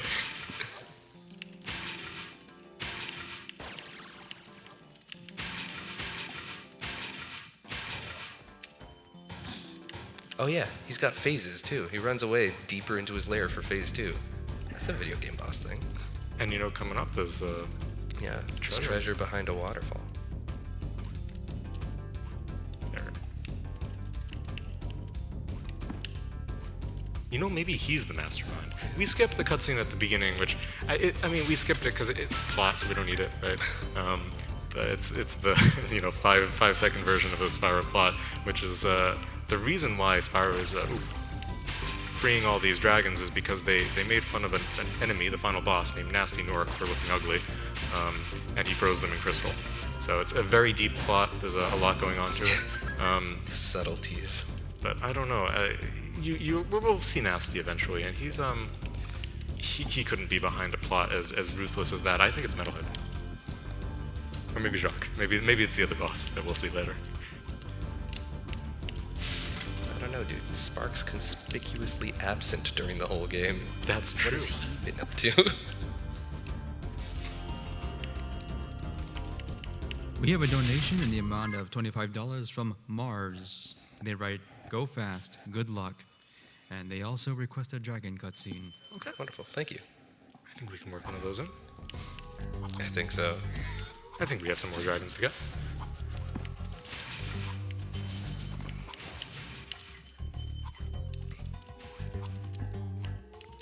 We can get that gem later. One of the fun things about this is not something you may sort of realize casually or when you start speedrunning, but charging is a whole lot easier to control Spyro than just walking. For whatever reason, it's easier to change direction charging in a sort of weird way. It's easier to get him to do what you want to do, charging or jumping, which is you see me doing a lot of jumping here. Yeah, one thing we haven't mentioned is there's a bit of a turnaround animation, which burns precious tenths of a second. If you're sort of running in one direction and you turn around, Spyro will do a cute little animation, admittedly cute, but it's a time waster. So one thing you might notice is whenever Debbie wants to change angles tightly, he's doing a little jump and just sort of having Spyro float from left to right. This is my favorite gem right here. That one right there. Yeah. So in the normal 120 run, okay, so in our Sparxless run, you see I've been touching all these gems manually, right? It's gem appreciation mode. In a normal 120 run, usually you let Sparx get them. But that gem there is the exception. That gem there, if you just run straight at the gem, Sparx is too slow to pick it up.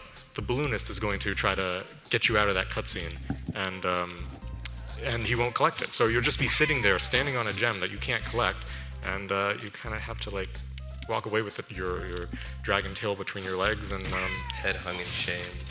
and cancel out of the blueness like text box to get that one gem. It just feels bad. In Sparxless, we don't have to worry about that.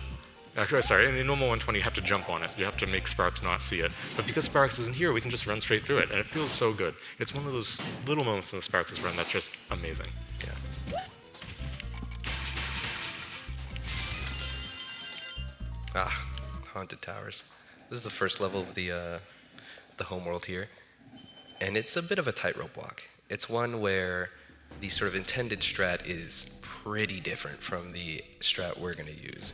Essentially, what you're meant to do is see these large metal enemies. You can neither charge nor flame. You get fairy kisses throughout the level, which are going to give you super flame, but they have a timer on them.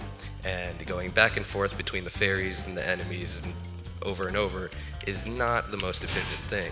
What we do instead is we use that first flame to try, or first super flame, to try and get to a fairy that's hidden deep within the level as quickly as possible, because she gives us a fairy kiss, which for whatever reason is permanent. It'll stay with us, the super flame will sort of stay with us until we either die or exit level, and hopefully it's the exit level, and hopefully it's intentional with all the treasure and everything.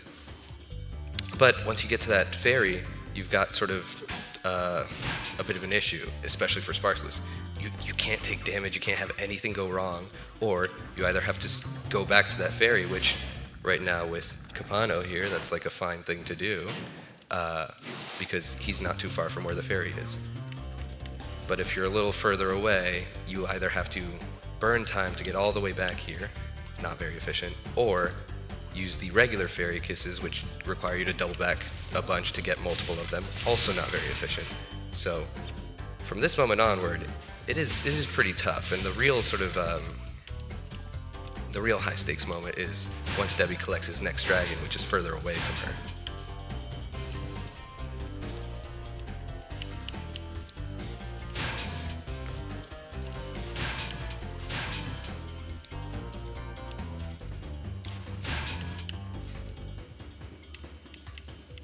It's genuinely a fun level, but it's also a pretty tough level. I think I said Misty Bog was the toughest level. This to me just feels like prototypical Spyro level. I don't think that word means what you think it means. Alright. From this moment on, from the point we free this dragon, it's the point of no return, so I cannot take a death here. I mean, I can, but I can't.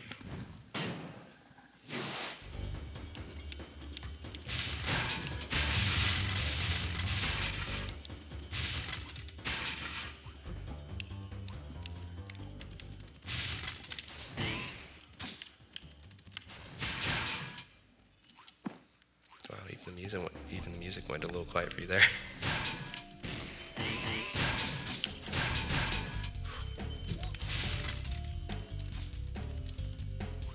You know, I have an idea for the dragon we should work in. Yeah? Yeah, I was gonna ask if you had a dragon in mind for that. I do.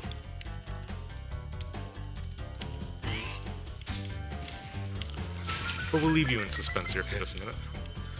Well, yeah, so okay, so that red gem there, That was teetering on the edge. It can sometimes just fall right off the edge. yeah. And there are places in the game where that happens, and it's okay, because it'll fall onto the death plane and kind of automatically collect for you.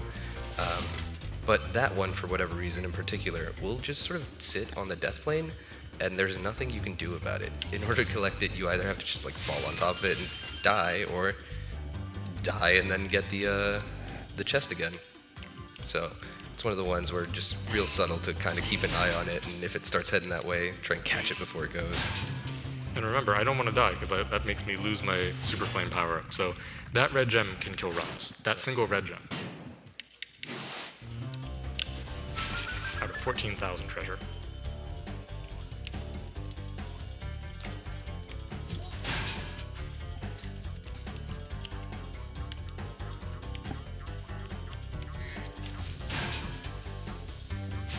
Alright, just doing some final cleanup. This is basically the end of the gauntlet. We've gotten through the hard part. Yeah. We can still die right here, but we didn't, so that's all that matters. But we could.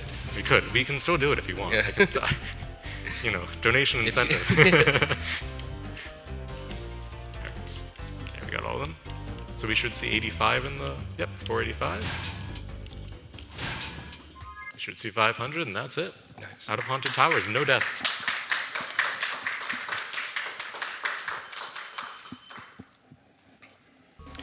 But we can take a death here. That whoops us back to the beginning, where we can go to our next level, Dark Passage. Yeah. Well, the thing about this homeworld is that you're going to notice there's a lot of sort of enemies changing size and shape, and that's sort of one of the main gimmicks of this level. What you get is these fools who are sort of running around, and that's actually, you know, like, maybe it is a bit of an insult, but it's also just what they're called, these guys. They're holding these lanterns that when you attack them, you can't actually defeat the fools, but you can cause them to sort of light up their lantern, and the light is going to be what makes your enemies smaller. That turtle there in the darkness would otherwise be... I'm going to interrupt you, actually, because we have a strat coming up. Sorry, I don't want to interrupt your praise, but hey, look at this, all right. This dragon is magical. There he is. We're going to listen to him. His name is Kasaya. He grants us magical powers, unintended magical powers. Quite frightening, but you should watch the fools. I'd rather flame the fools. Now you're thinking. He basically just said what you said, so sorry about that. But so this is a magical dragon, because now look at this. So this is a bug. This is just a bug in the game called zombie mode. It was unintended. It's used, actually, I don't think it's used in any of the other Spyro 1 speedruns. It's used in Spyro 3 quite a lot. Oh, get out of my way. But it's a mode that, it's quite a lot of fun. The game, we took damage while freeing a dragon, all right? So the game thinks we are dead right now. That's why it's called zombie mode. And when you're dead, you can't take damage. So we can literally just run up to this guy and, well, let's let him eat us. There we go. He can eat us. And there's no issue. So we can take this pretty fast. Now, I mean, I'm taking it slow to demonstrate, which is kind of not speedrunnerly of me, right? But You're doing what you must. I'm doing what I must. Now, so zombie actually lets us go a lot faster in a normal Sparxless run. And it's very easy to do. It's something you don't really get to do in a normal 120 run because, well, you're not Sparxless at that point. You can't die on a dragon from that arrow, from that Cupid there. But it lets us go a lot faster, and in particular, coming up right here, we get to do something. Yeah. Remember the fireworks chests? Boom. No damage. That's how it should look in a normal 120 run. Well, that plus Sparks taking the damage. True.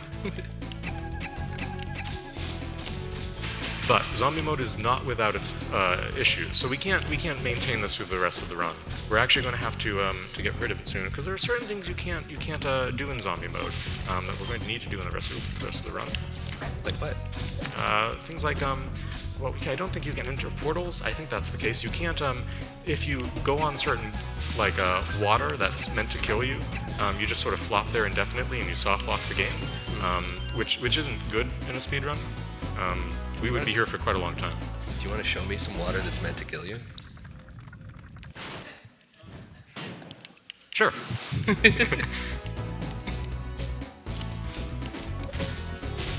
So this is actually something you don't need zombie to do. This is another bug in the game. This level, I guess, is full of them. This is meant to kill you. I don't know. But you can just chill down here. You can chill in a normal game. You don't need zombie. You can just do that. They didn't program in the damage on that water. So that's the one water that's meant to kill you, but not because of zombie. It's not an issue. Right here, All right, but we do have to get out of zombie, so we're going to do that in quite a fun way. We're going to let Obasi here appear, and then I'm just going to do this.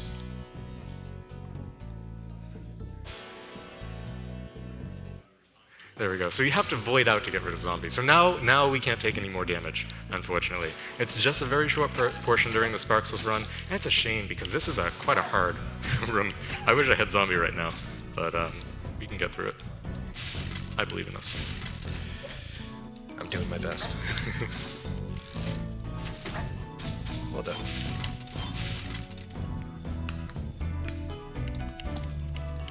Alright, I'm gonna make sure we have the right gem count here. Good, okay. We want to see 399. Now, that firework there, a friend of ours, Stump, calls that the critical section, because we need to let that firework explode out and hit this strong chest there, you see, explode in the background. We need to collect all these gems. If we don't, if we die, we have to go through basically the whole level again to get that firework to explode again. So it's quite a time loss. But we managed it just fine. And we got all the gems. Cool.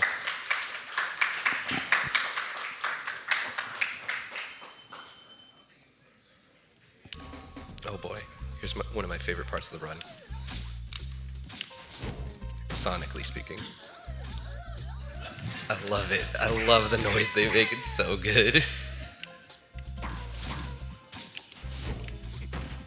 And no matter how fast you go, the guy in the center here with the cannon, he will always get them in front of you, so you have to hang out and just listen to that. You can't miss it. Oh my. So we're up against the final boss here. It's the cannon. There was another cannon. There are two cannons in this game, they're both the final boss. Yeah, we mentioned not liking cannons, and hopefully we don't have to explain why visually anymore. Nice. So there's a glitch that can happen there called cannon glitch, where you saw that I had to shoot those guys to make them small, so we could run through and get to this this flight level here. But sometimes the cannon doesn't work. No one really knows why. One of the guys will just hang out there big no matter how many times you shoot him, and you have to take a death abuse. You have to just walk off one of the platforms, void out, and that's going to let him be small again, but that's a time loss. That's quite a sad time loss, you know? Even though there's a dragon right there that respawns you, it doesn't feel good. Oh man, icy flight. It's either this or Wild Flight, my favorite flight. It's another case where the latter half of the level's on a cycle, so I have to be very, very, very precise with my movement here to get exactly the cycle I want. Actually, really what I want here is just to be as fast as possible. That's the cycle I want. But we're still going to be on an okay cycle here. I use that train in the background as a guideline to where I am in the cycle, and now I know exactly what I need to do for the rest of the level at this point. Icy Flight is a level that you almost want to learn the speedrun strat, even just to play it casually. It's a real tight level, and you kind of, with other flight levels, you might casually figure out what you're doing while you're playing the level and still beat it. Icy Flight's one where you have to kind of know where everything is, even, again, to get through it casually.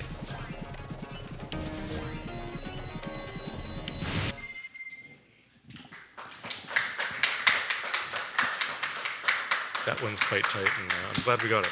Yeah, seriously. All right. The theme of this homeworld is bugs, all right? Which is a little strange because we were in high caves and there were actual big bugs in that game, in that level. But these are like the sort of software bugs.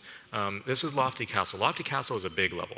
Yeah. It's quite lofty, and it's not a very well optimized level. Usually, maybe casually, you might not see this, but so in this game there are loading zones. There are places where we don't have music. That's fun. There are places where the game has to figure out what happens next, especially for a level that's this big. And when you cross a certain threshold or do a certain thing, in this case, free 3 fairies to create a little whirlwind, the game says, perfect time, let's load up what happens next. But when you're a speedrunner and you say, you know what, that's a makeable jump, like this. Oh, thank goodness. Sometimes it might drop an input and it just looks like Debbie decided to charge clean into the void. Nice. Which, like never telling, he might. Oh, we're down here now. So, this, ooh, oh, that's all right. Never We'll mind talk then. about that later. Yeah. That's perfect. That's like an intentional death abuse. Yeah. Oh, no. Dragon 69 saved us. Nice.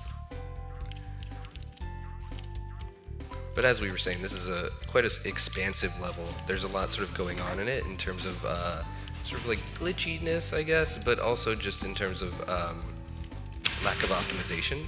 There's sort of reputation to this level where, for speedrunners, there's a good number of routes that are all sort of viable. There is, I guess, if you're really nitty-gritty about it, a technically fastest route, but when you're practically running, it depends sort of what is quickest for you, and it's not the same for any two runners. It's sort of, well, this one's slightly easier for me, this trick makes a little bit more sense to me, and so I think Debbie's kind of got it down now, but for a while there, this was a, we'll see what route I do this time kind of level for him. And in a Sparxless, so some of the routes take damage to do, so we can't do them in a Sparxless run, so it's even better when I switch over to a non-Sparxless run, and I just start doing Sparxless strats. And it's like, you know, it doesn't really lose any time, but it's just, why am I doing this?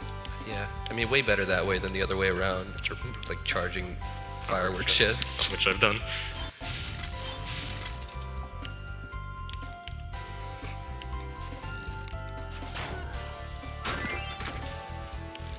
We didn't need to free that fairy, we're just doing it out of the kindness of our hearts.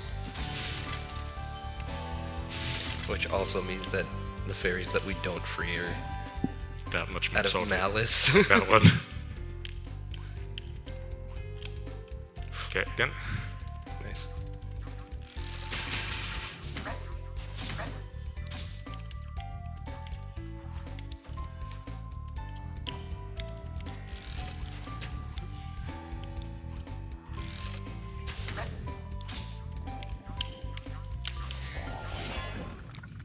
Rudy.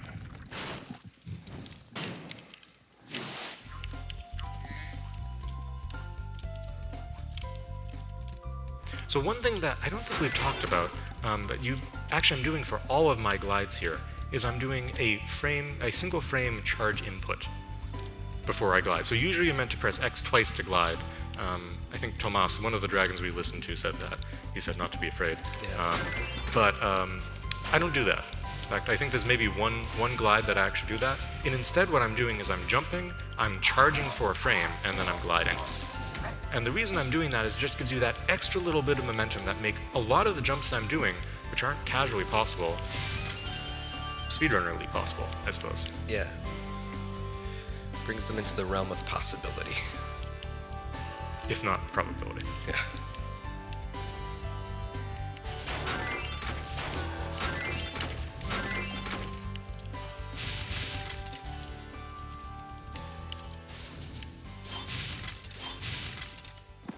Did I get this? I did, okay.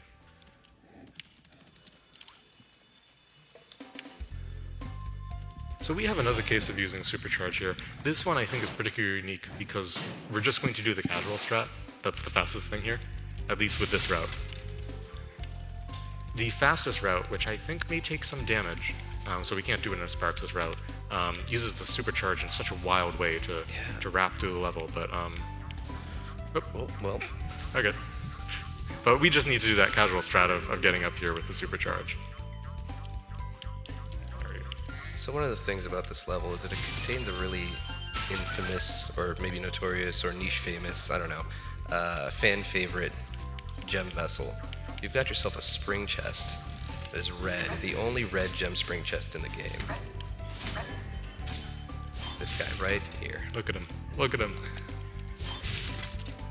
It's interesting because it's a spring chest, which means it takes some effort to get. You're putting in the flame and the jump for just a red gem. And it's the only one in the game. It's really kind of late on in the game. It's a little strange. Yeah, bizarre. Anyway, we're on to one of my favorite levels. I think it's the prototypical Spyro level. Help me. It's Jacques. He's the boss of this world. The Another prototypical boss. The prototypical boss, in fact, if you will. It's he's I don't know. I think he's kind of cool. Jacques' level stresses me out. It's one of the ones, again, where we're going to just sort of dive right in, do a little bit of stuff at the beginning of the level, but otherwise really charge towards the boss, because Debbie likes him a lot, but also because that's the strat. And then we're going to do the rest of the run kind of backwards, kind of sideways. His level splits in two here, and you have to sort of go up one path and down the other before taking some sidewinds and just... it's a tricky level. It suits him. Nice. Good gem collection. Thanks. The gems are slightly random in their positioning, just ever so slightly. And in a normal 120 run, usually you don't care about that. Ooh, just barely got that. But in a Sparxless run, a Sparxless 120, the one I'm doing now, whatever it is, whatever I'm doing now, whatever I've been doing for an hour and a Spyro the half. Dragon. 1998, yes. The very slight positioning of the gem changes really can throw you. You have to adjust ever so slightly, and you may see me letting off the charge for just a frame. Ooh, That's Jacques, by the way. that's Jacques, by the way. He's kind of cool. Look at the teeth. I love it. Why does he have teeth like that? Why does his bottom have a spring? There's no lore, there's no answers. He's just a monster. He's just chilling, man. He's not even in cahoots with Nasty North. He's just there. Yeah, he's just out here.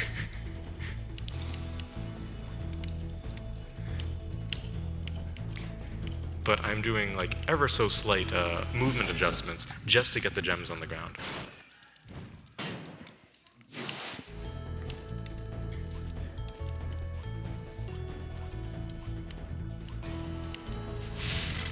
Alright. We're gonna do a little bit more cleanup here now that we've gotten the boss. Retread some ground we've already hashed out. Really prototypical level.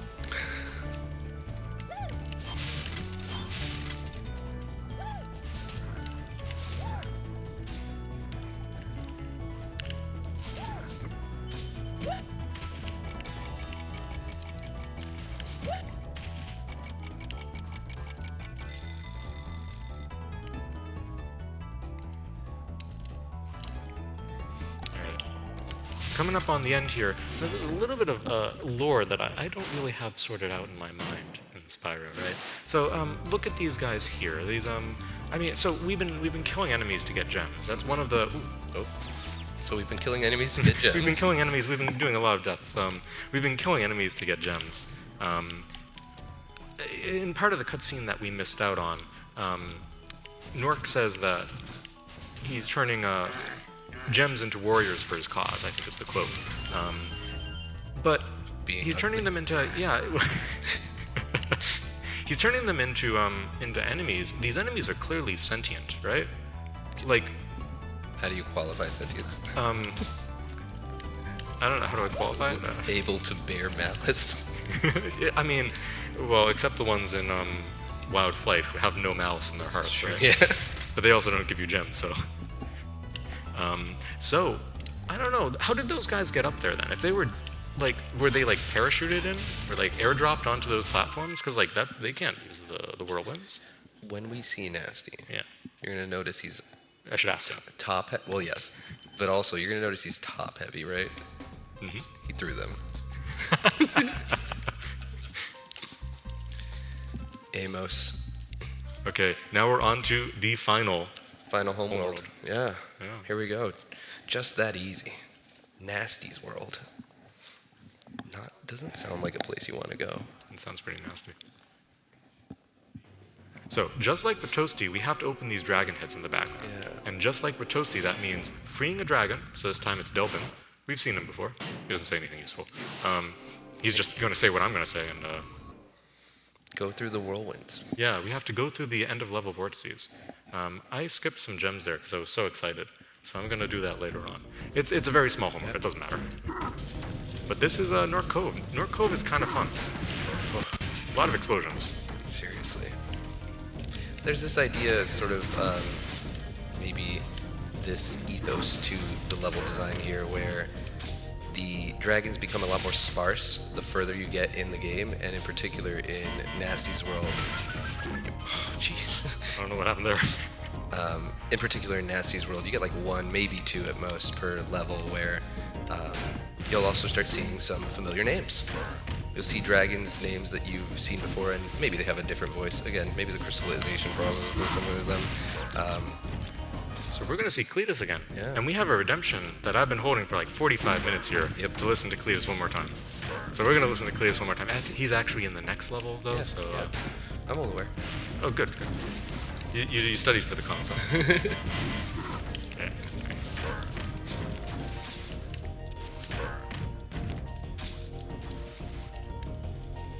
That's a fun little jump you're not meant to do.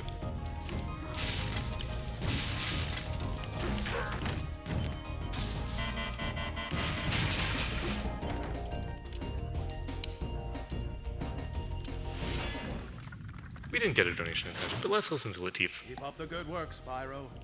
I expect Nasty's really starting to worry about you. I'd be shaking in my Nork boots if I were him.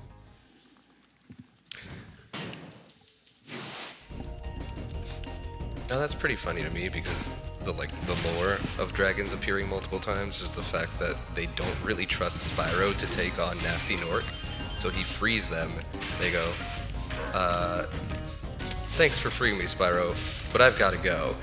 And then they go to confront Nasty themselves, and they get frozen again. And that's why you see these dragons twice. And then this guy disingenuously is telling Spyro, yeah, I'm sure Nasty Nork's worried about you. Actually, we can listen to the next dragon here. He also says something kind of similar.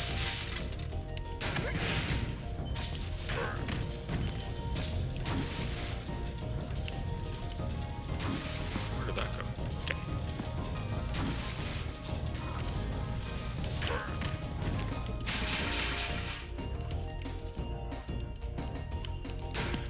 So, as we said before, we have to exit this level through the end of level vortex. Now, that's usually fine, because it's a pretty linear level. However, if you miss a gem, you have to go back and get it, of course, right?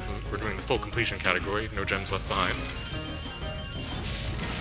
But you might be tempted as a speedrunner to do the thing I've been doing throughout this entire run for the last 2 hours. Just menu on out. Just menu on out. But we can't do that because we'll menu on out. We'll get to. I want to let this guy talk. Actually. Wow. I never thought I'd be rescued, especially by such a little dragon. What I mean is, I always believed in you, Spyro. You gotta believe. I like that they go back to the dragon for the awkward silence.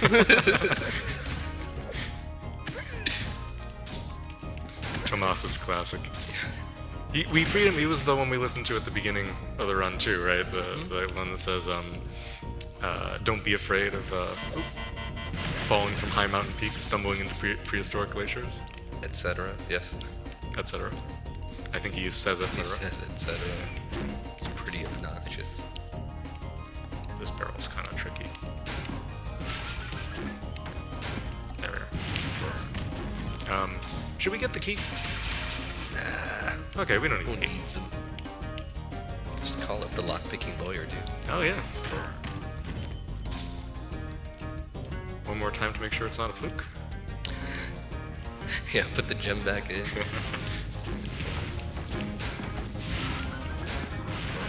There we go. Perfect. Didn't need the key.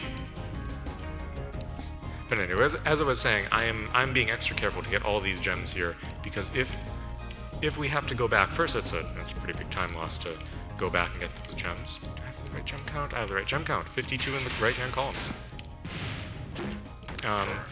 But second, I might be tempted to just menu out. And if I menu out, I'm going to be sad because I'm going to go back to the homeworld and the dragon head for the next level isn't going to be open. And I'll have to go back in the level, wait through the level load, and then just run to the end. Yeah, charge all the way through.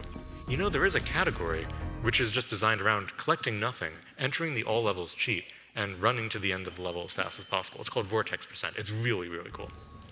Yeah, I hear it's sort of the most flashy sort of speed run. You're using all kinds of tricks and glitches and proxies and whatnot to just get yourself to that vortex as quickly as possible in some pretty insane ways. Alright, so this level here I think is really the prototypical Spyro level. Oh, is it? It's called Twilight Harbor.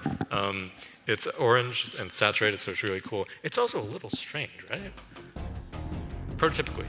But do I not know what prototypical means? So here's a cool thing.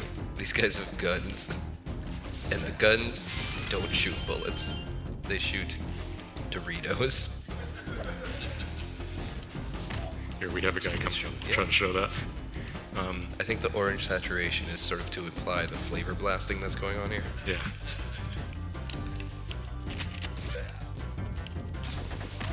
We sort of saw a Like few a frames of them. frame. Yeah. Sorry, I'm moving too fast. They're gonna think I'm crazy. Okay, we'll let some guy shoot us, all right? Well, maybe not shoot us, but we'll let some guy shoot. Yeah, the next guy coming up, we're gonna jump over his Doritos. Man, 78. Getting close now. Oop. 2 more dragons. I was excited. Whoa, Jeez. from off screen. Doritos.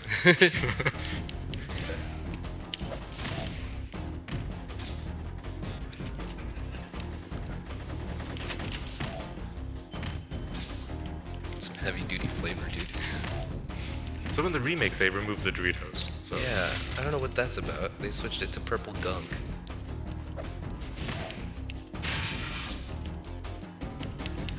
Alright, time for a very important dragon. Let's hear him out. you know him, you love him. It's Cletus. Be on the lookout for Nort Commandos, Spyro. They better be on the lookout for me. He does have morning voice. It is the crystallization that gives him morning voice. It might be. I just love the way he bounces in Cletus too. But he's very important as well. We're about to do a couple of death abuses to sort of get to that speed, that supercharged. So we used it once to get up here. We sent that bridge up. We set that bridge up on the way over, getting Cletus. We're going to take a death here. It's going to warp us back to Cletus 2. Cletus 3? Cletus? We're going to go back up this supercharge. Only halfway. We only need half of it. Jump on it, pretend we got a full supercharge. Bridge is now down so we can go through this low level.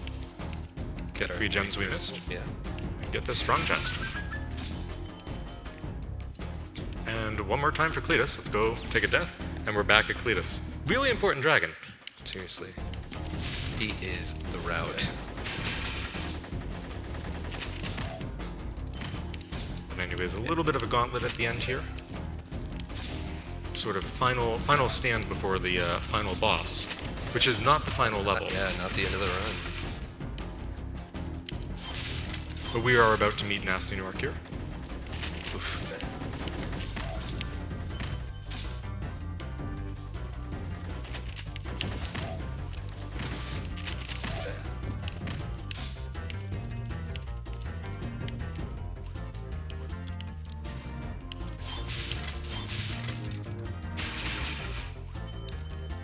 Don't forget that whirlwind.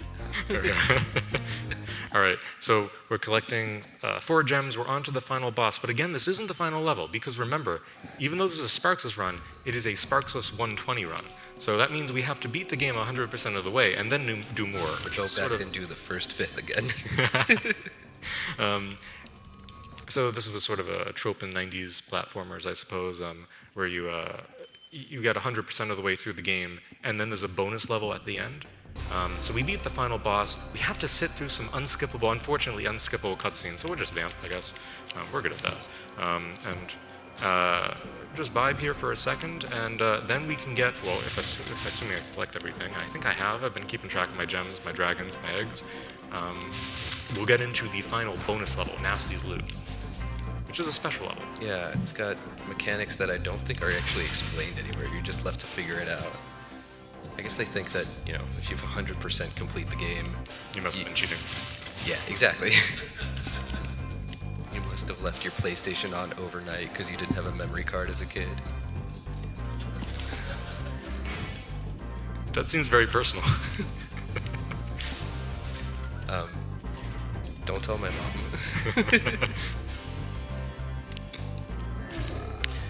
So the first thing that Nasty does is run away. And it is not a trivial thing to chase this guy and collect all the gems on the way, especially Sparxless. I almost missed one of those gems. Those gems, again, are a single red gem that can kill the run. But now we're free. This is easy from now on. I'm not counting my gems before they're caught. Not counting your gems before they hatch. Yeah.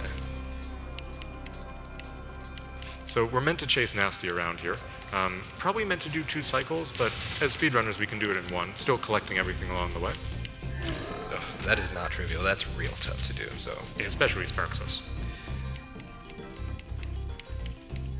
But we should see 400 gems here. See that 400? Lovely, that means we got everything except the final 100 gems from Nasty Nork himself. Ooh, this is gonna be tough. Look at this, look at this. Oh.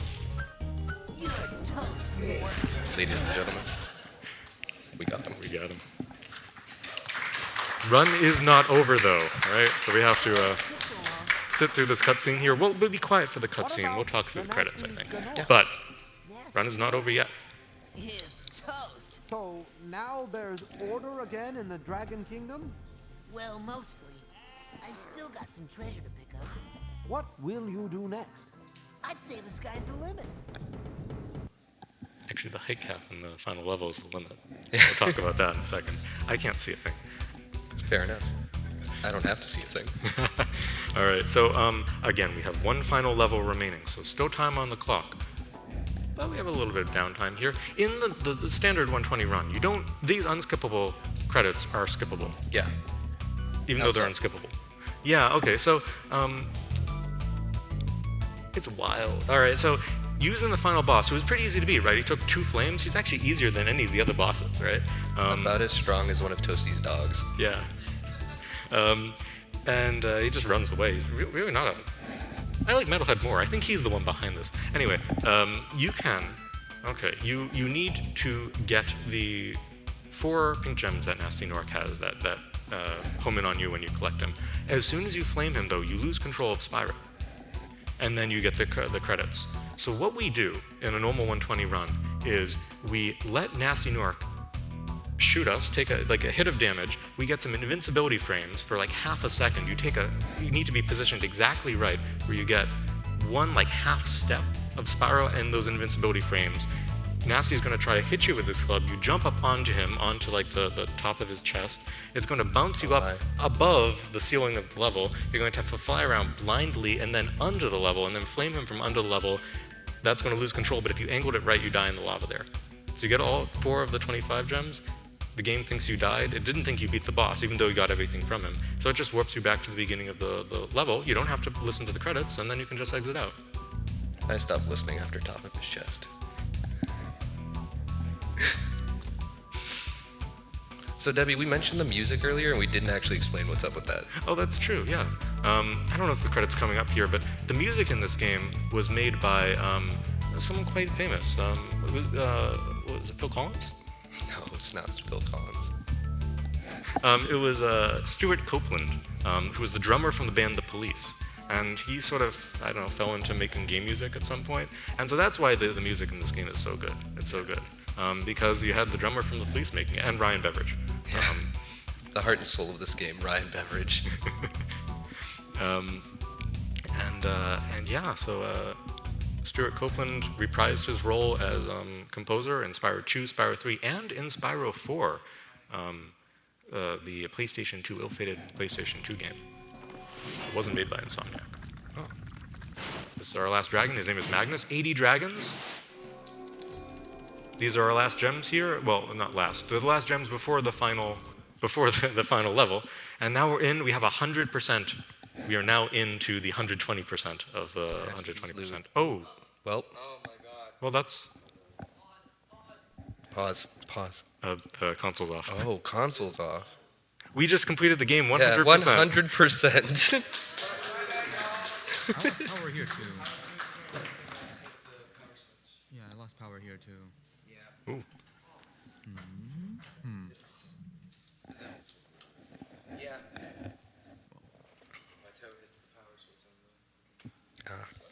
Oh, well, that was Spyro the Dragon 100% Sparxless. We don't have a save for it. Yeah. So like I said, we do 100% and then the first fifth of the game again. I think we found a problem with our setup.